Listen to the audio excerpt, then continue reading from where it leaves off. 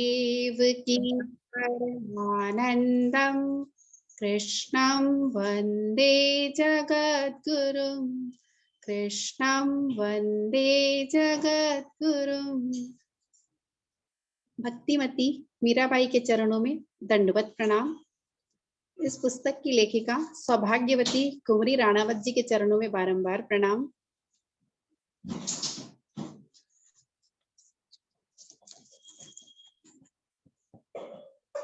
कल हमने देखा था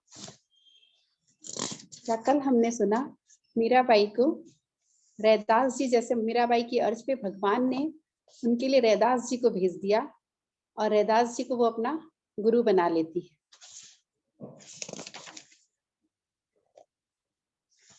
अब आगे देखते हैं विवाह का प्रस्ताव। एक दिन मीरा अपने कक्ष के झरोखे में बैठी गिरधर लाल के बागे सी रही थी। उसका ध्यान बाहर की ओर गया। बीरम देव जी का खास सेवक रेशम के वस्त्र से ढका हुआ चांदी का थाल लेकर रनिवास की ओर आ रहा था। मीरा को लगा कि वह मूंछों ही मूंछों में मुस्कुरा रहा है। प्रसन्नता अंग अंग से छलक पड़ती है। ऐसा क्या है? कहीं बाबूसा ने अथवा बाबूजी हुकुम ने ठाकुर जी के लिए कोई सामग्री तो नहीं भेजी?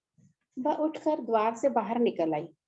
ऊपर से देखा कि रनिवास के बड़े चौक में होकर किशन चित्तौड़ी रानी के महल की ओर घूम गया तो उसकी उत्सुकता समाप्त हो गई।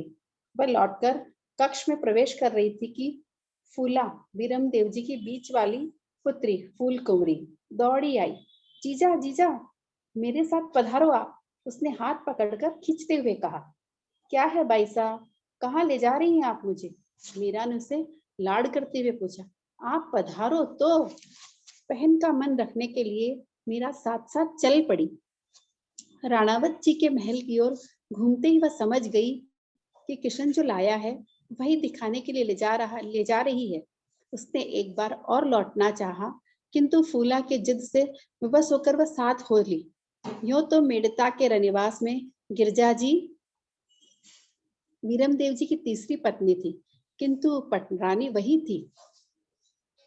उनके ऐश्वर्यपूर्ण ठाठ निराले ही थे। पीहर से आए लवाजमे 50 दासियां और परम प्रतापी हिंदुवासुरी की लाडली बहन का वैभव और सम्मान यहाँ सबसे अधिक था।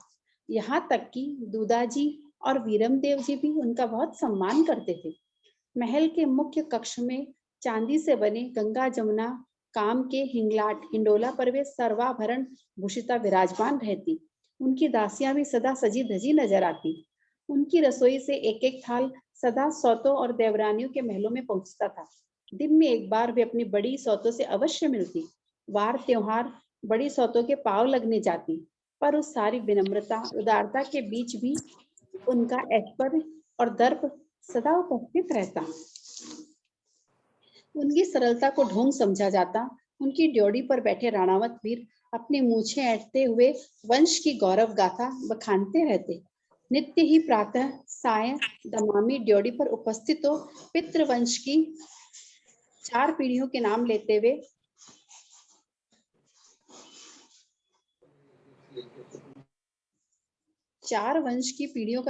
हुए विरध बखानते हुए प्रणाम करते। गढ़ चित्तौड़ी कुंवरी ने घनी खंबा परदीनाथ अन्नदाता गिरजा जी ने आशीष के साथ 2 मीठे बोल कहलवाती और वे धन्य धन्य हो जाते। मीरा उनकी बहुत दुलारी बेटी थी। ये उसकी सुंदरता सरलता पर जैसे न्यौछावर थी। बस उन्हें उसका आठों प्रहर ठाकुर जी से चिपका रहना नहीं सुहाता था। घर में 3-4 विवाह हुए, पर मीरा कहीं नजर नहीं आई। किसी भी नेक चार में भाग लेने के लिए उसे श्याम कुंज से ही पकड़ कर लाना पड़ता था। उसे बांधने के तो 2 ही पाश थे, भक्त भगवंत चर्चा अथवा वीर गाथा।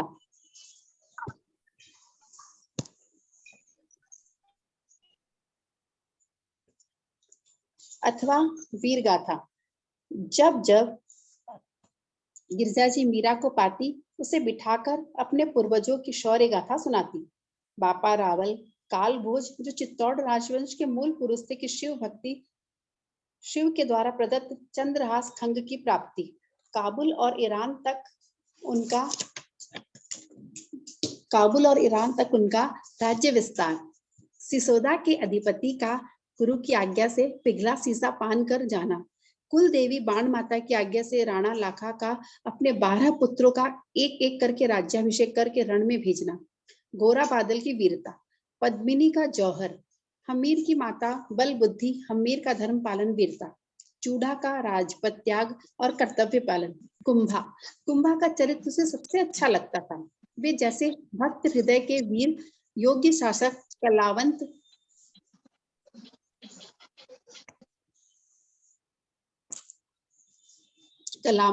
लेखक, कवि, क्या नहीं था उस नरसिंह में। कभी कभी विधाता की कलम कैसा सुंदर अनोखा चित्र अंकित कर देती है, बस सोचती। कुंभा के दूसरे पुत्र थे रायमल। इन्हीं रायमल की पुत्री है गिरजा जी और इनके भाई है महाप्रतापी सांगा संग्राम सिंह।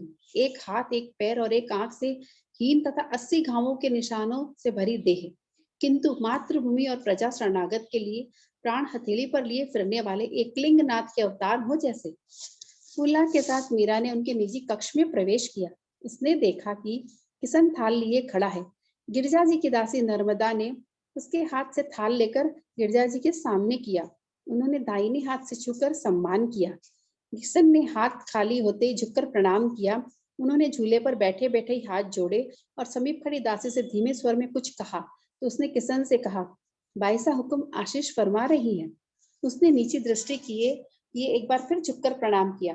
नर्मदा ने थाल खाली करके उसमें सुंदर जरी का सरोपाव, न्योछावर के लिए 21 स्वर्ण मुद्राएं, पान, मिष्टान्न रखकर उसी प्रकार रेशमी वस्त्र से ढककर गिरजा जी के हाथ से छुआकर किशन को दिया। इसके अतिरिक्त एक सरोपाव, स्वर्ण की अंगूठी और 51 चांदी के सिक्के उनकी ओर से किशन को दिए गए। प्रणाम कर किशन उनकी और पीठ न करके पीछे की ओर चलता हुआ द्वार लांघकर चला गया।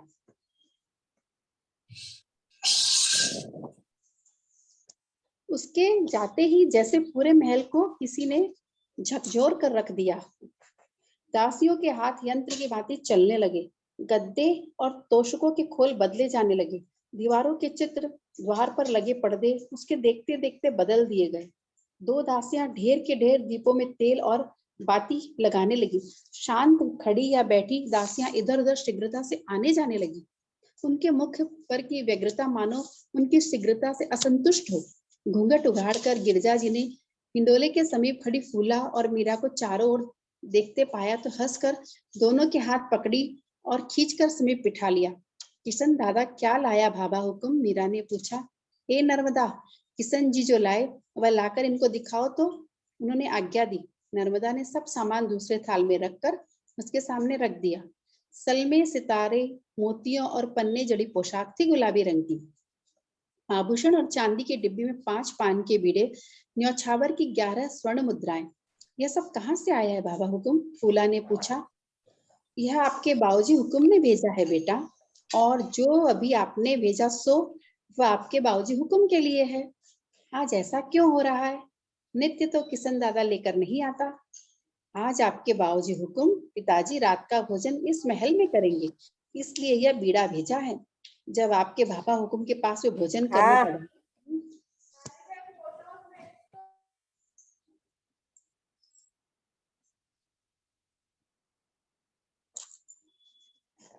जब आपके बाबा हुकुम पास में भोजन करने के लिए पधारते हैं तो ऐसा ही बीड़ा किशन जी वहां से लेके आते हैं।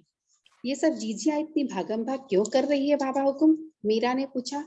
कि ये सब तुम्हारे बाबूजी हुकुम के स्वागत की तैयारी में लगी है बेटी। मेरे कुंवर साहब भोजन आरोगने पधारते हैं तो ऐसा कुछ नहीं होता।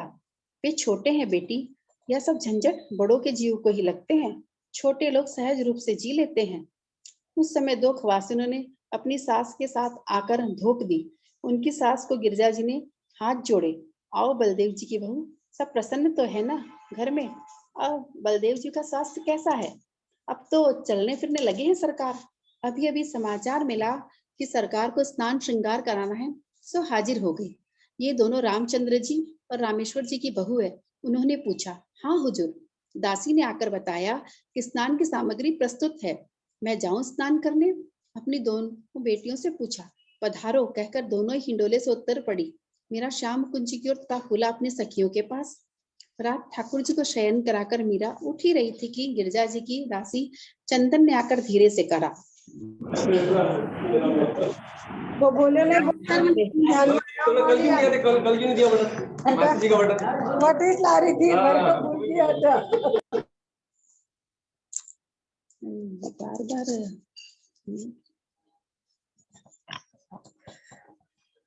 अभी उसने चकित हो पूछा। दासी के साथ मीरा ने देखा कि चित्तौड़ी रानी का महल प्रकाश से नहा गया है। नीचे दमानिया गा रही है। पूरा महल नीचे से ऊपर तक सुगंध से गमगमा रहा है। सभी महलों से न्योछावरे और मनोहारे आ रही है। अतः सेवक दासियां इधर से उधर भागते से चल रहे हैं। छोटे भाई तो स्वयं ही आ गए थे न्योछावर करने। उसकी बड़ी माँ भी उस बहुमूल्य पोशाक में कितनी सुंदर लग रही थी। वे घूंघट काढ़े वीरम देव जी के पास ऊंची गद्दी पर विराजमान थी। दोनों को देखकर लगता था कि अभी अभी विवाह से लौटकर मोर कंगन खोलकर बैठे हों। उससे आई देख वीरम देव ने पुकारा, मीरा इधर मेरे पास आ बेटी। दोनों को प्रणाम कर वह वीरम देव जी के पास बैठ गई। तुम्हारी यह माँ कैसी लगती है तुम्हें? उन्होंने मुस्कुरा कर पूछा। माँ तो माँ होती है, माँ कभी बुरी नहीं होती। मीरा ने हंसकर कहा। इनके पीहर का वंश है वह कैसा है? यूं तो इस विषय में मुझसे अधिक आप जानते होंगे। यदि मुझसे ही सुनना चाहते हो तो हिंदुआसुरी का वंश संसार में सर्वोपरि है। क्या हमसे भी अधिक बेटी? आज वीरम देव जी प्रसन्न जान पड़ते थे। इस पर भी उनसे बात करने की हिम्मत कम से कम बच्चों की तो नहीं हो पाती थी। केवल मीरा ही थी जो न किसी से अनावश्यक लाज करती न उसे भय लगता था। मेरी समझ में तो बाबूजी हुक्म, आरंभ में सभी वंश श्रेष्ठ ही होते हैं।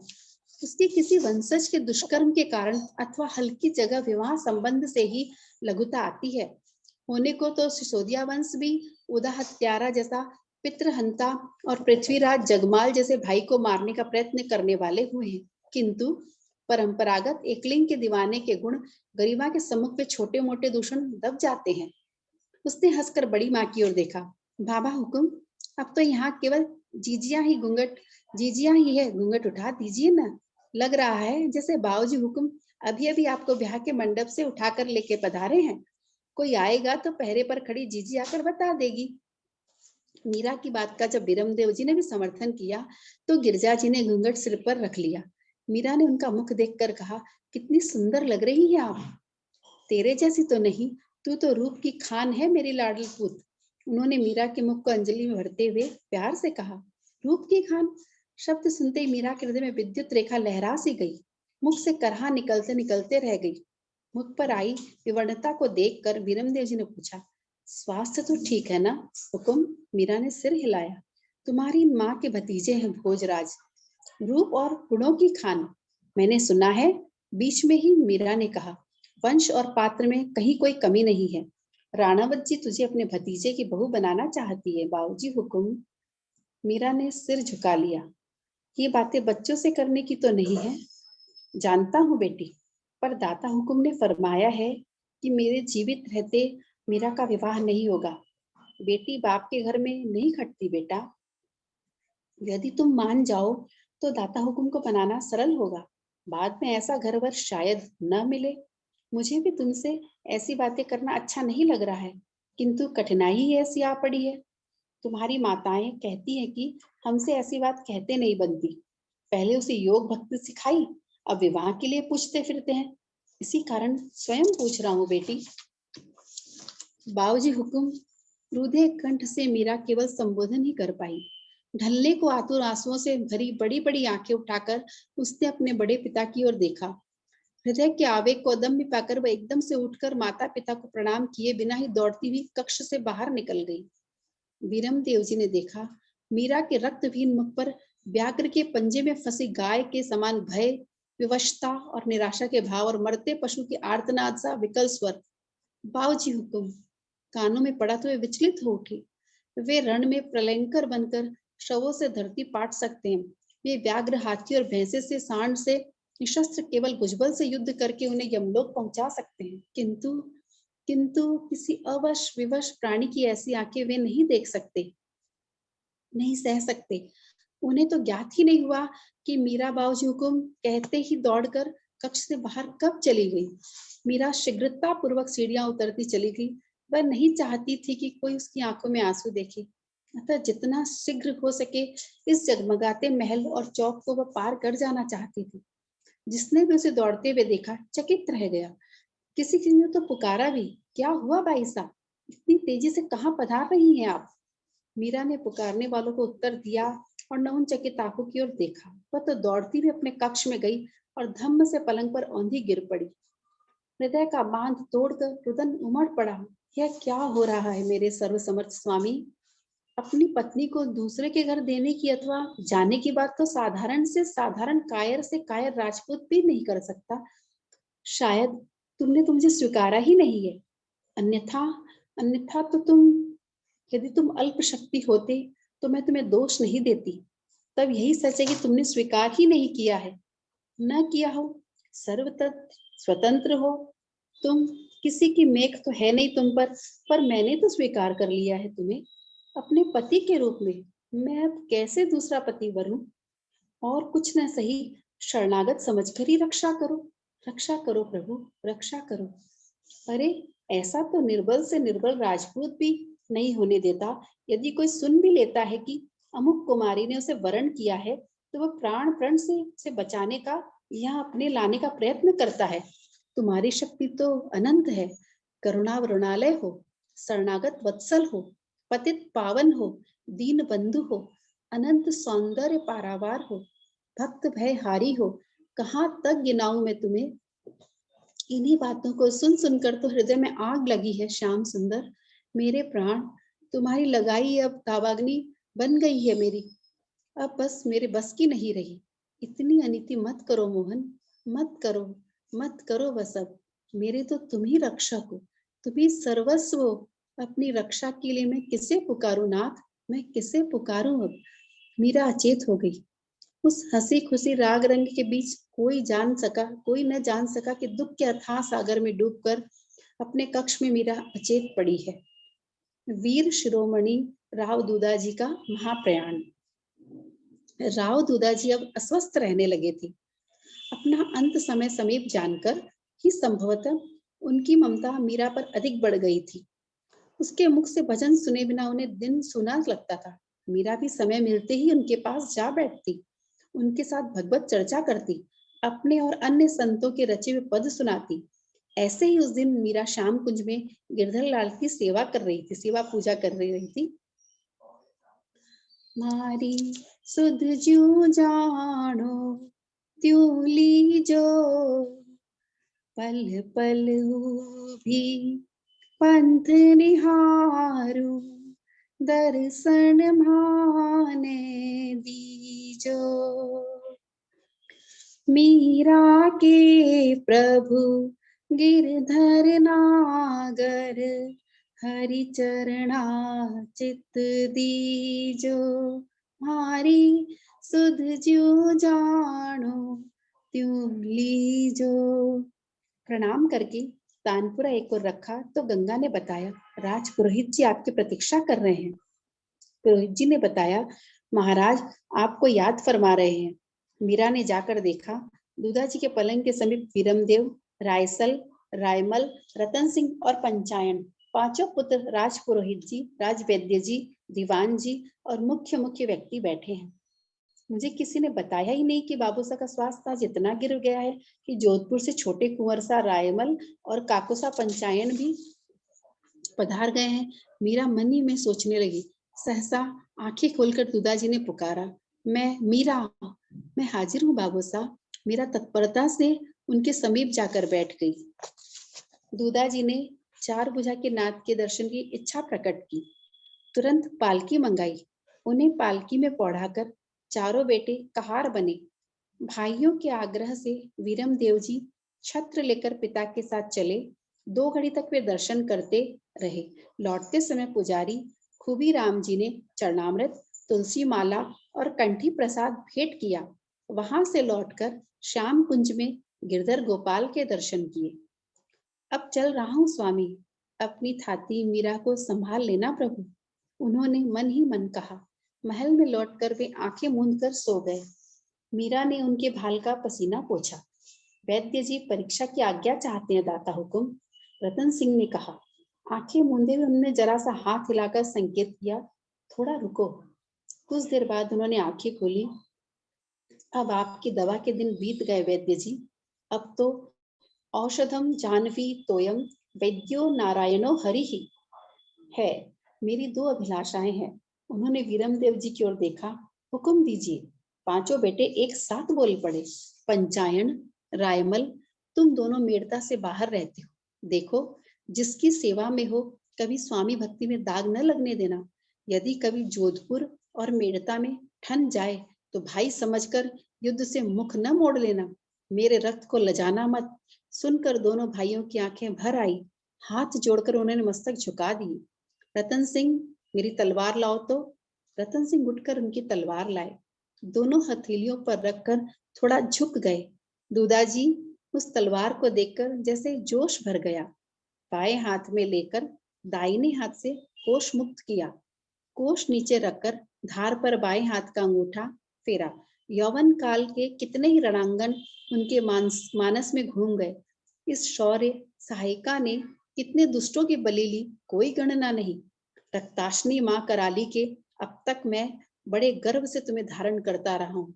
शास्त्र धर्म के अनुसार तुम्हें संतुष्ट करता रहा हूँ। जगदम्बे, प्रजानन रक्षण और अत्याचारियों के दमन हेतु धारण की हुई इस शक्ति द्वारा जान अनजान में मुझसे जो अपराध बन पड़े हो, उसके लिए क्षमा मांगता हूँ। माँ, अब मैं इस शक्ति से विदा लेकर तुमसे काल से जूझने की आंतरिक शक्ति की याचना करता हूँ। इसके साथ ही सांसारिक व्यवहार, कर्तव्य और कामनाओं का जो शेष रह गई हो, उनका पूर्ण रूप से विसर्जन करता हूँ। बेटा वीरमदेव, उठो। यह तलवार शक्ति शौर्य की सहायिका है। आज इसे मेरी आज्ञा से अब तुम धारण करो। माँ दुर्गा की आराधना करते हुए प्रजा की रक्षा के लिए तुम इसे स्वीकार करो। इसके साथ ही प्रजा रक्षण, अन्याय का दमन और कर्तव्य का यह महत् भार भी तुम्हारे सबल स्कंद वहन करे। पिता की आज्ञा से वीरमदेव उनके पल्लिंग के समीप जाकर विनय पूर्वक दोनों हाथ फैलाकर झुक गए। दूदाजी ने दोनों हाथों में से सिर लगाकर राजा के समस्त कर्तव्यों सहित वह भारी करवाल वीर पुत्र के हाथों पर रख दी। वीरमदेव राजपुरोहित जी और पिता को प्रणाम करके यथास्थान बैठ गए। आपकी वे दो अभिलाषाएं दाता हुक्म? उन्होंने पूछा। हाँ, मीरा जयमल, मेरे पास आओ बेटा। मैं जयमल को योद्धा वेश में और मीरा को अपनी राजसी पोशाक में देखना चाहता हूँ। उन्होंने दोनों बालकों के हाथ थामकर कहा। रायसल उठकर जयमल को योद्धा वेश में ले जाने लगे सजाने के लिए, और मीरा ने भी रनिवास की ओर पद बढ़ाए। थोड़ी देर बाद ही दोनों भाई बहन सुसज्जित होकर लौट आए। बालक जयमल की देह पर वीर वेश खिल उठा। कमर में तलवार, पीठ पर ढाल और हाथ में भाला लिए हुए अपने होनहार पौत्र को देखकर वृद्ध दूदाजी की आंखें चमक उठी। सर्वाभरण भूषिता मीरा की रूप छटा देखकर लगता था मानो लक्ष्मी ही अवतरित हो गई हो। दूदाजी ने बैठने की इच्छा प्रकट की। पुत्रों ने पीठ की ओर मसंद की ओट लगाकर उन्हें बैठा दिया। कृष्ण सुभद्रा जैसे भाई बहन की जोड़ी ने सम्मुख आकर उनके चरणों में मस्तक झुकाया। उन्होंने दोनों के सिर पर हाथ रख दिया। कुछ देर उनके मुख को देखते रहे, फिर आशीर्वाद देते हुए बोले, प्रभु कृपा से तुम दोनों के शौर्य व भक्ति से मेरतिया कुल का यश संसार में गाया जाएगा। भारत की भक्तमाल में तुम दोनों उज्जवल मणि होकर चिरकाल तक प्रकाशित होते रहो। तुम दोनों का श्रेयस पढ़ सुनकर के लोग भक्ति और शौर्य की असी धारा व्रत पर चलने का उत्साह पाते रहे। भगवान चार भुजानाथ की कृपा तुम दोनों पर बनी रही। उनकी आंखों से मानो आशीर्वाद स्वरूप आंसू झर पड़े। दोनों भाई बहन उनके पलंग के पास ही बैठ गए। अब दूसरी इच्छा फरमाए।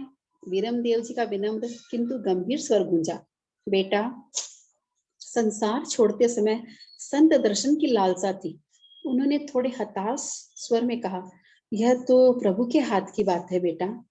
लेटने की इच्छा प्रकट करने पर रायमल और पंचायन ने उन्हें पौढ़ा दिया।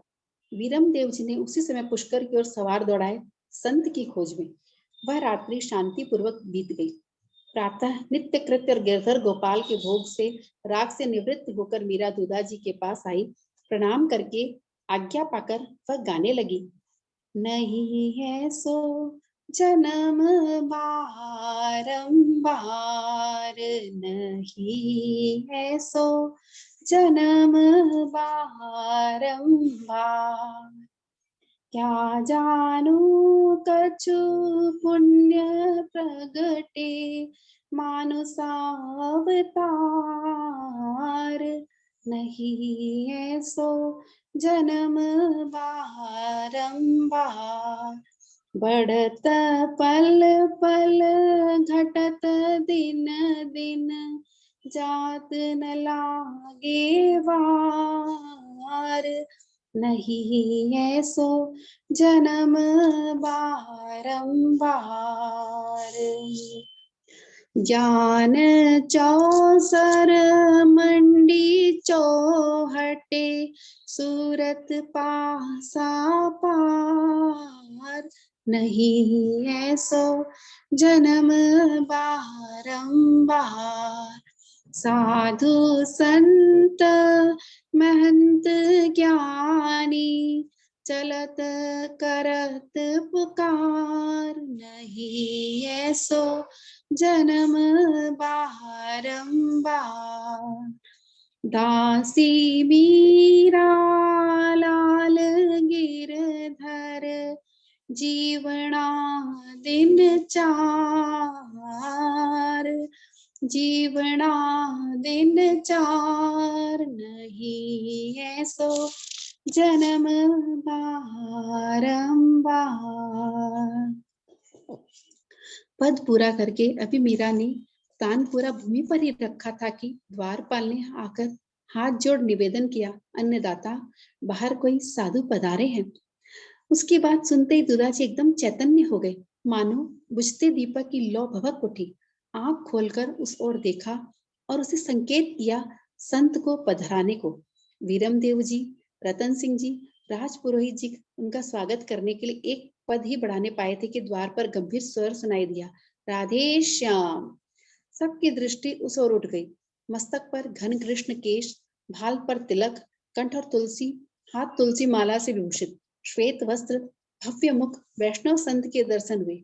संत के मुख से श्री राधे श्याम या प्रियतम नाम सुनकर लसित और मीरा ने उन्हें प्रणाम किया। फिर दुदाजी ने कहा, आपको संत दर्शन की इच्छा थी ना बाबू साहब, देखिए प्रभु ने कैसी कृपा की है। संत ने मीरा को आशीर्वाद दिया, प्रभु मंगल करे। दुदाजी ने कहा, पुरोहित जी महाराज, मुझे भी संत के दर्शन करा दीजिए। परिस्थिति को समझकर साधु स्वयं ही उनके समीप चले गए। उठने का संकेत करने पर रायमल और पंचायन ने पीछे से सहारा दिया। दोनों हाथ जोड़कर उन्होंने सिर पलंग की ओर पाटी पर रखा। फिर पूछा, कहाँ से पधारना हुआ महाराज? दक्षिण से आ रहा हूँ राजन, नाम चैतन्य दास। कुछ समय पहले गौड़ देश के एक प्रेमी सन्यासी श्री कृष्ण चैतन्य तीर्थाटन करते हुए मेरे गांव पधारे थे। उनकी इस दास पर पूर्ण कृपा हुई और मुझे वृंदावन वास की आज्ञा मिली। तीर्थों में घूमते हुए वृंदावन जा रहा हूँ। श्री कृष्ण चैतन्य सन्यासी होकर भी प्रेमी है महाराज? मीरा ने बीच में ही पूछा।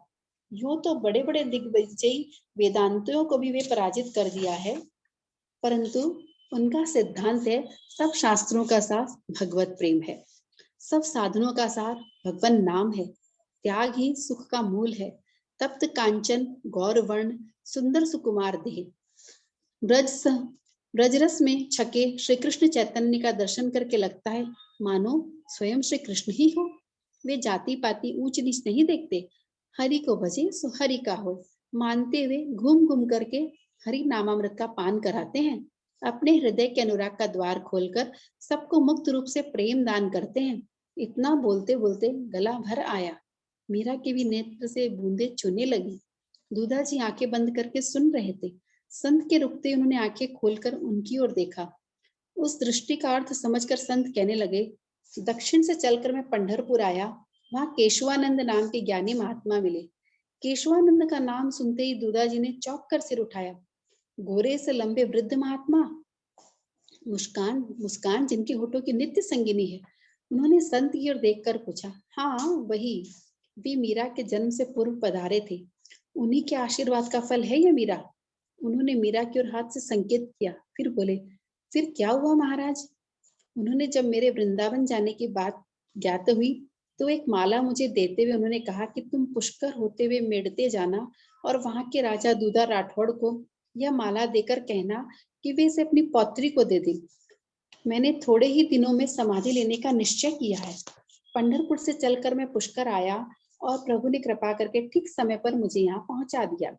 यह कहकर उन्होंने अपनी झोली से माला निकाली और दूधाजी की ओर बढ़ाई।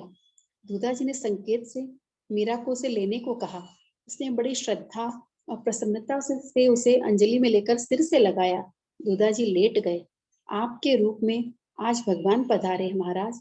यूं तो सदा ही संतों का भगवत स्वरूप समझकर जैसी बन पड़ी सेवा की है, किंतु आज महाप्रयाण के समय आपने पधार कर मेरा मरण भी सुधार दिया।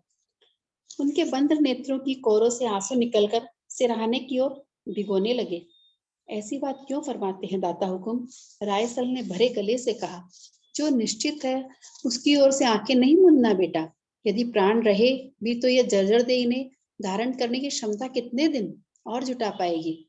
फिर फूली फुलवारी सा यह मेरा परिवार, कर्तव्य परायण पुत्र, अपने अलौकिक गुणों से भविष्य के सारे देश को आलोकित करने वाली विदुषी और भक्ति परायणा पौत्री मीरा तथा अभिमन्यु सा होनहार वीर पौत्र जयमल, ऐसे भरे पूरे परिवार को छोड़कर जाना मेरा परम सौभाग्य है पुत्र। मन को मलिन मत करो। चार भुजा नाथ की छत्र छाया और अपना कर्तव्य केवल यही स्मरण रखो। पुत्र के प्रति इतना कहकर उन्हें पुकारा। मीरा, हुकुम बाबू साहब, जाते समय भजन तो सुना दो बेटा। जैसी आज्ञा बाबू साहब। उसने तानपुरा उठाया और साधा आलाप ले गाने लगी। प्रभु तेरे नाम लुभानी हो, प्रभु तेरे नाम लुभानी हो, नाम लेत तिरता सुनिया, नाम लेत तिरता सुनिया, जैसे पाहन पानी हो, जैसे पाहन पानी हो। मीरा दासी रावरी अपनी, मीरा दासी रावरी अपनी, कर जानी हो, कर जानी हो, प्रभु तेरे नाम लुभानी हो। पद पूरा हुआ, पर भैरवी की मधुर रागिनी ने सबके मनों को बांध दिया। मधुर संगीत और भावमय पद श्रवण करके श्री चैतन्य दास अपने को रोक नहीं पाए। धन्य धन्य मीरा, आज तुम्हारे दर्शन करके मेरे नेत्र धन्य हो गए। तुम्हारी अलौकिक प्रेम, संतों पर श्रद्धा, भक्ति की लगन, चराचर को मोहित करने वाला मधुर कंठ, प्रेम रस में छके ये नेत्र, इन सबको देखकर ऐसा लगता है मानो तुम कोई ब्रज गोपिका हो। वे जन भाग्यशाली होंगे जो तुम्हारे इस भक्ति प्रेम की वर्षा में भीगकर आनंद लूटेंगे। राजन, धन्य है आप और आपका यह वंश जिसमें यह नारी रत्न प्रकट हुआ है। तो आज का सत्र यही समाप्त करते हैं। थोड़ा सा और है, करूं क्या पूरा? ठीक है, थोड़ा सा और कर देती हूँ। मीरा ने सिर नीचा कर इस असहनीय प्रशंसा को सुना और संत के चुप होने पर प्रणाम करते हुए धीरे से कहा, कोई अपने से कुछ नहीं होता भगवान। उसने वाक्य अधूरा छोड़कर उनकी ओर देखा। दूधाजी ने संत के लिए आहार व्यवस्था का संकेत किया। केवल कुछ फल दूध लेकर श्री चैतन्य दास जी चलने को प्रस्तुत हुए। राजपुरोहित जी और विरमदेव जी का आग्रह भी उन्हें रोक नहीं सका। दूधाजी की आंख लगी देख पुरोहित जी को छोड़कर सब उठ गए। मीरा भी अपने कक्ष में आ गई, पर उसके मन में रह रह करके एक नाम बार बार गूंज रहा था, श्री कृष्ण चैतन्य। न जाने तुम कौन हो। तुम्हारे प्रभु प्रेम ने मुझे तुम्हारी दासी बना दिया है। न जाने इस जन्म में तुम्हारे दर्शन होंगे भी या नहीं, किंतु इस अल्पज्ञा मीरा पर कृपा पूर्ण वरदहस्त बनाए रखना। जहां हो वहीं से आशीर्वाद दो। कभी तुम्हारे प्रेममय चरणों की धूली सिर पर चढ़ाकर या सूक्ष्म हृदय एकांत प्रेम सीकर या पीकर धन्य हो जाए। अपने गिरधर गोपाल की सांझ आरती भोग और मीरा दुदाजी के पास चली गई। इस बीच उसकी माँ और राज परिवार की स्त्रियां पुरोहितानी जी को साथ ले उससे दुदाजी का स्वास्थ्य समाचार जानने आई थी। बहुत कुछ तो उसके उदास मुख ने ही कह दिया, बाकी उसने कहा, बुढ़ापा देह का सबसे बड़ा रोग है बाबा हुकुम। अब बाबू साहब की देह जर्जर हो गई है, वह गली हुई देह छूट जाने में उनका लाभ है। हम तो अपने स्वार्थ को रोते हैं कि उनके रहने से हमें उत्तरदायित्व बोझ नहीं महसूस होता। कैसी लड़की है ये, कईयों ने मन में कहा। कैसी सरलता से अपने सबसे प्रिय बाबू साहब के लिए मरण कामना कर गई। मीरा ने देखा कि दुदाजी अंतर्मन चैतन्य था, किंतु देह की शिथिलता बढ़ती जा रही थी। बाबू साहब, उसने पूछा। दुदाजी ने आंख खोलकर देखा, संकेत कर समझ गई। धीरे धीरे उनकी चेतना लुप्त होने लगी, नेत्र अर्ध खुले रहने लगे। मीरा ने अपनी दासियों को बुला लिया, उनके साथ में धीरे धीरे स्वर में कीर्तन करने लगी। जय चतुर्भुज नाथ दयाल, जय सुंदर गिरधर गोपाल, जय चतुर्भुज नाथ दयाल, जय सुंदर गिरधर गोपाल। इस तरह ब्रह्म मुहूर्त में दुदाजी की वाणी में कुछ चेतना जागी। पुरोहित जी ने गंगाजल मिश्रित चरणामृत मुख में दिया। उनके मुख से अस्फुट स्वर निकले, कितना सुंदर भजन हो रहा है, फूल बरस रहे हैं, प्रभु पधार रहे हैं। जय हो चार भुजानाथ की जय जय जय। मीरा के भक्ति संस्कारों का पोषण देने वाले मेड़ता राज्य के संस्थापक मेड़तिया शाखा के पूर्वज परम वैष्णव भक्त वीर शिरोमणि राव दुदाजी 75 वर्ष की आयु में यह भव छोड़कर गोलोक सिधार गए। आज का सत्र हम यही समाप्त करते हैं और कल रक्षाबंधन है, इसलिए ये नहीं रहेगा, परसों वापस चालू होगा। और आज हमने देखा दुदाजी किस तरह भगवान के दर्शन करते हुए इस दुनिया से विदा ले चुके हैं। आनंद है आनंद में रहे, कल क्या हुआ कल क्या होगा इसकी चिंता न करें। आनंद है आनंद में रहे, कल क्या हुआ कल क्या होगा इसकी चिंता न करें। सियावर रामचंद्र जी की जय, मोर मुकुट बंसी वाले की जय हो। श्री भक्तिमती मीरा बाई को प्रणाम और सौभाग्यवती कुमड़ी राणावत जी को बारंबार प्रणाम। नारायण नारायण नारायण नारायण।